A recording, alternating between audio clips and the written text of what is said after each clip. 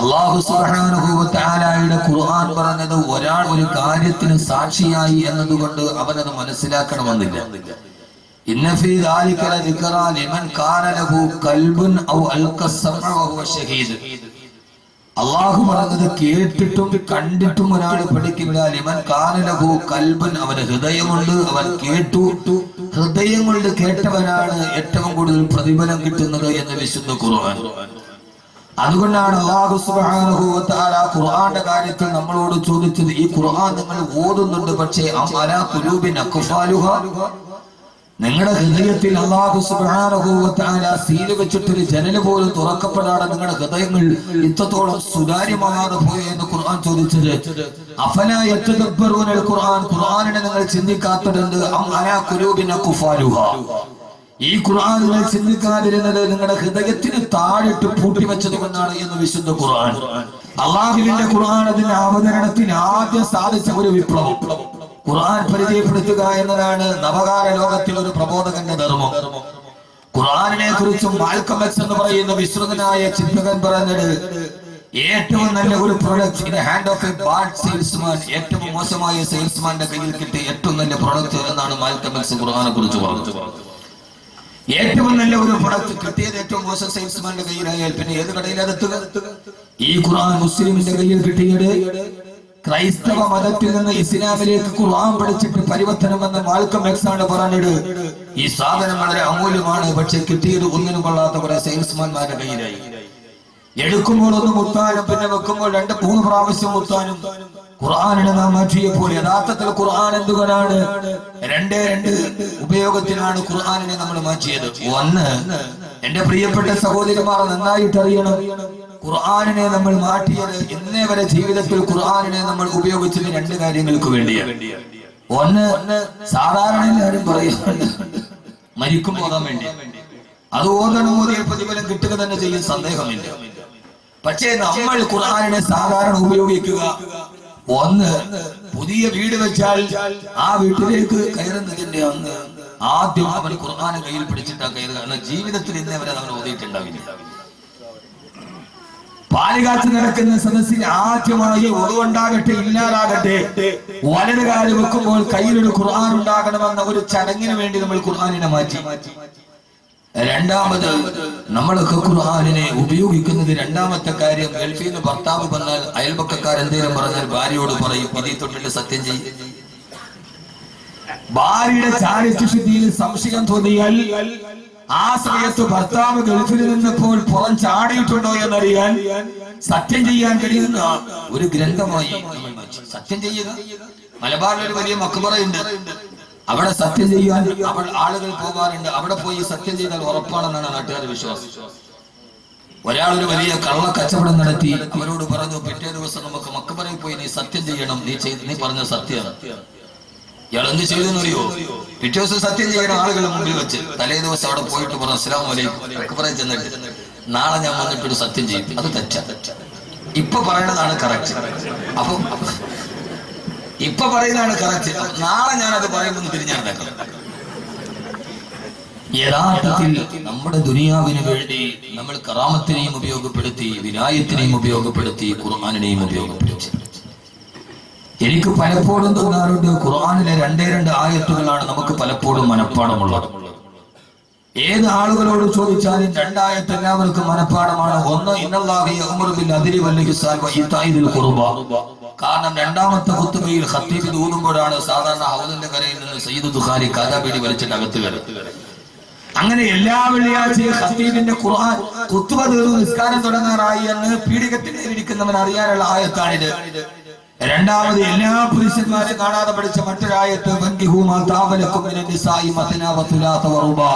ആവശ്യം വന്നാൽ 4 പെണ്ണ് കെട്ടിക്കോ. ഈ ആയത്ത് നമുക്ക് മനഃപ്പാടം. ഇതിന്റെ അപ്പുറത്തേക്ക് അള്ളാഹുവിന്റെ വിശുദ്ധമായ ഖുർആൻ പരമാണു മുതൽ പരലോകം വരെ, ആറ്റം മുതൽ ആഖിറം വരെ ലോകത്തോട്ട് പറഞ്ഞു കൊടുത്ത അള്ളാഹുവിന്റെ വിശുദ്ധമായ ഖുർആനിന്റെ ആശയ ആവിഷ്കാരത്തിലൂടെ ഇറങ്ങി നടക്കാൻ നമുക്ക് കഴിയാത്തതാണ്, ജീവിതത്തെ തന്നെ തിരിച്ചറിയാൻ നമുക്ക് കഴിയാതെ പോയത്. അള്ളാഹുവിന്റെ വിശുദ്ധമായ ഖുർആൻ അവതരിപ്പിക്കപ്പെടുമ്പോൾ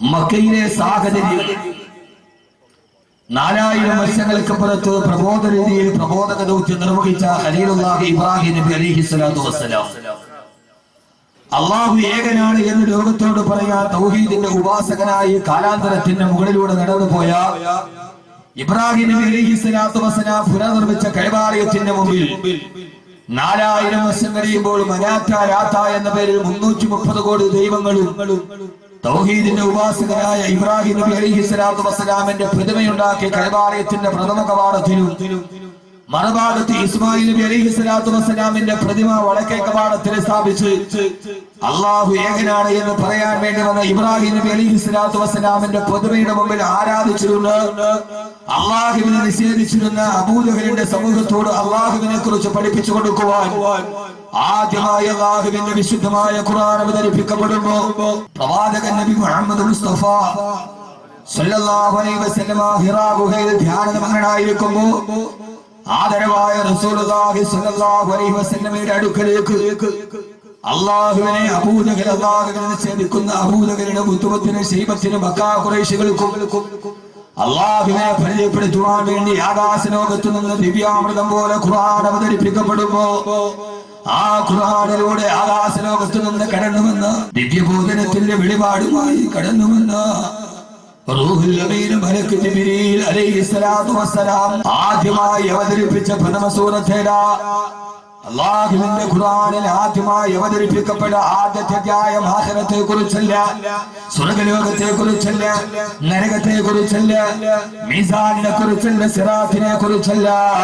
അല്ലാഹുവിന്റെ ഖുർആൻ ആദ്യമായി പറയുകയാണ് ഇഖ്റാ ബിസ്മി റബ്ബിക്കല്ലദീ ഖലഖ് خلق الإنسان من علق اقرأ وربك الأكرم الذي علم بالقلم علم الإنسان ما لم يعلم.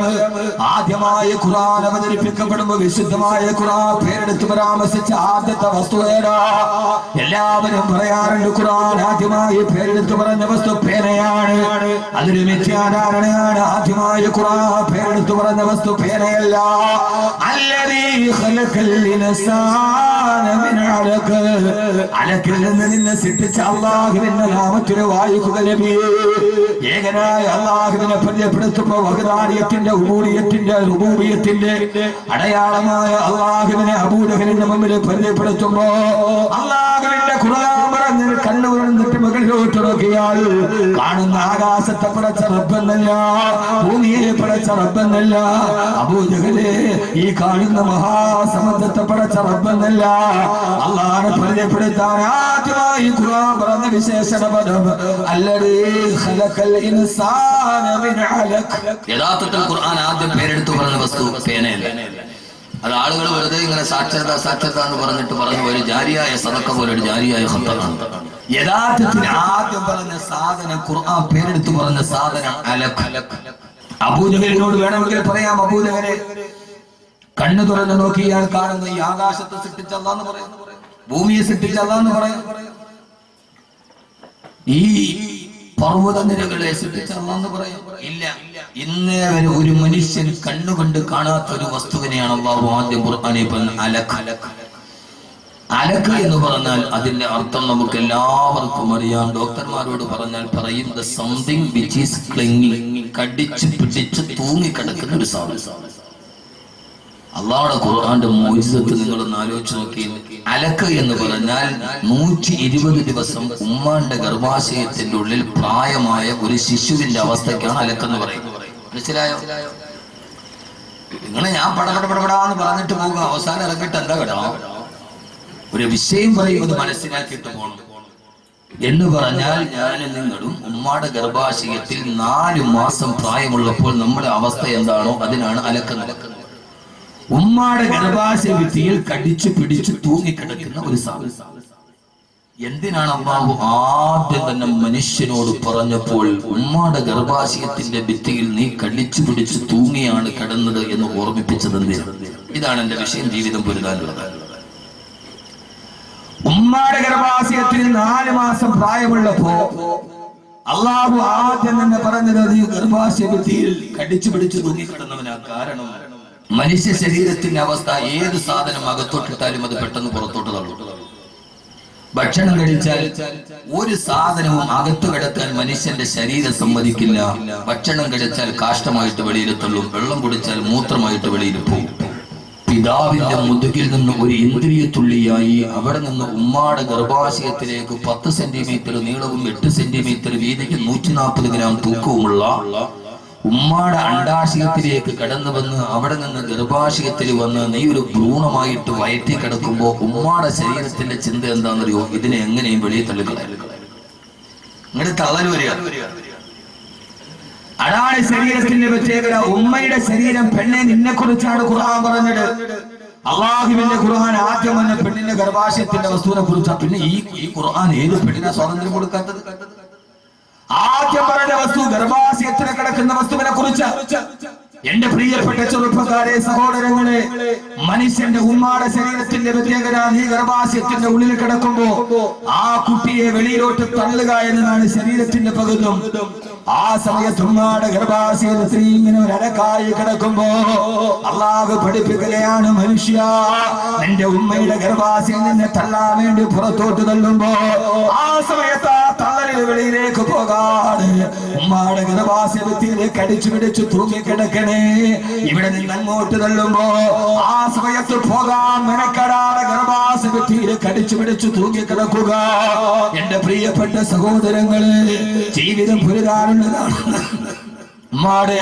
ഗർഭാശയത്തിന് 4 മാസം പ്രായമുള്ളപ്പോ അള്ളാഹു നമ്മളെ പഠിപ്പിച്ചതാണ് ജീവിതം പുരതാറുള്ളതാണ്, തോക്കാറുള്ളതല്ല. ജീവിതം പരാജയപ്പെടാറുള്ളതല്ല, നിരാശ ബാധിക്കാറുള്ളതല്ല, ഏതെങ്കിലും ഒരു കയറിൽ പോയി അവസാനിക്കാറുള്ളതല്ല ജീവിതം. പൊന്നുമാരെ, 9 മാസങ്ങളിൽ നീ ദുനിയാവിന്റെ വെളിച്ചത്തിലേക്ക് ഇറങ്ങുമ്പോ ഇതേപോലെ 1000 ആളുകൾ നിന്നെ തള്ളി പുറത്താക്കാൻ ശ്രമിക്കുമ്പോ 1000 പ്രയാസങ്ങൾ പരീക്ഷണങ്ങൾ നിന്റെ ജീവിതത്തിലേക്ക് വരുമ്പോ ഉമ്മാടെ ഗർഭാശയത്തിൽ വെച്ച് നിന്നെ പഠിപ്പിക്കുകയാണ് ഞാൻ. ജീവിതം പുരിതാനുള്ളതാണ്. അങ്ങോട്ട് വെള്ളുമ്പോ ഇങ്ങോട്ട് മനസ്സിലാണ് ഗർഭാശയത്തിൽ കടിച്ചു പിടിച്ചു തൂങ്ങിക്കിടന്നിട്ട് പോലും ഇനി ജീവിതം തുടങ്ങാൻ പോവുകയാ. മാരകമായ രോഗങ്ങൾ, പ്രയാസങ്ങൾ, കടങ്ങൾ, ബാധ്യതകൾ, ആദികൾ, വ്യാധികൾ, ആകുലതകൾ, വ്യാകുലതകൾ, 1000 പ്രയാസങ്ങളിലേക്ക് ജീവിതം കടന്നു പോകുമ്പോ തളരരുത്, ഭയപ്പെടരുത്, നിരാശയിലോട്ട് കടന്നു പോകരുത്. നിങ്ങൾ ഏത് സമയത്തും പൊരുതി ജീവിക്കേണ്ടവരാ. മരിക്കുന്നവരെ വരെ ജീവിതം ഒരു പോരാട്ടമാണ്. ജീവിതം തളരാനുള്ളതല്ല, ജീവിതം പോരാട്ടത്തിന്റെ രീതിയാണെന്ന് ഉമ്മാന്റെ ഗർഭാശയത്തിൽ 4 മാസം പ്രായമുള്ളപ്പോ പഠിച്ചതാണ്. പിന്നെ എന്റെ സഹോദരങ്ങള്, ഇന്ന് ലോകത്തെ ഏറ്റവും കൂടുതൽ ആത്മഹത്യ നടക്കുന്നത് ഇന്ത്യയിലാണ്. ആ ഇന്ത്യയിൽ തന്നെ കേരളത്തിലാണ്. പ്രയാസങ്ങൾ വരുമ്പോ, ബുദ്ധിമുട്ടുകൾ വരുമ്പോ തളർന്നു പോവുകയാണ് മനുഷ്യൻ. തളരരുത്, കരയരുത്, പതരരുത്. അവസാനം വരെ നിന്നെ പഠിപ്പിച്ചു വന്ന പാഠം നീ മറക്കരുത്. അള്ളാഹുവിന്റെ വിശുദ്ധ ഖുർആൻ. അതുകൊണ്ടാണ് ഞാൻ എന്റെ വിഷയത്തിന് ശീർഷകത്തിന് പേരിട്ടത് ജീവിതം പുരതാനുള്ളതാണ്. അലക്കുന്ന സാധനത്തിനെ പ്രഥമമായി പ്രതിപാദിച്ചതിലൂടെ ഖുർആൻ നമ്മളോട് പറഞ്ഞിട്ടുണ്ട്. ഏറ്റവും വലിയ ജീവിതത്തിൽ മറക്കാത്ത പെങ്ങളെ, സഹോദരങ്ങളെ, ഏത് പ്രയാസം വന്നാലും തളരരുത്. തമിഴ് തടത്തിലൂടെ കണ്ണുനീര് തടം തള്ളിയാ തുടങ്ങിയാലും ആര് നിന്നെ കൈവിട്ടാലും നിനക്കൊരു റബ്ബില്ലയോ? സത്താറോ ഗഫാറോ വഗീഗേ രണ്ടോ ഏറ്റവും നിന്നോട് സ്നേഹമുള്ള നിന്റെ റബ്ബുണ്ടല്ലോ, ഞാനുണ്ടല്ലോ. ഉമ്മാടെ ഗർഭാശയം നിന്നെ വെളിയിലോട്ട് തള്ളിയപ്പോ ആ സമയത്ത് പുറത്തേക്ക് പോകാതെ 9 മാസവും 10 ദിവസവും നിനക്ക് ഇവിടെ താമസ സ്ഥലം ഒരുക്കി തന്ന ഞാനല്ലേ കൂടെയുള്ളത്. അതുകൊണ്ട് നീ തളരരുത്. ജീവിതം പുരിതാനുള്ളതാണെന്ന് അല്ലാഹുവിന്റെ വിശുദ്ധ ഖുർആൻ.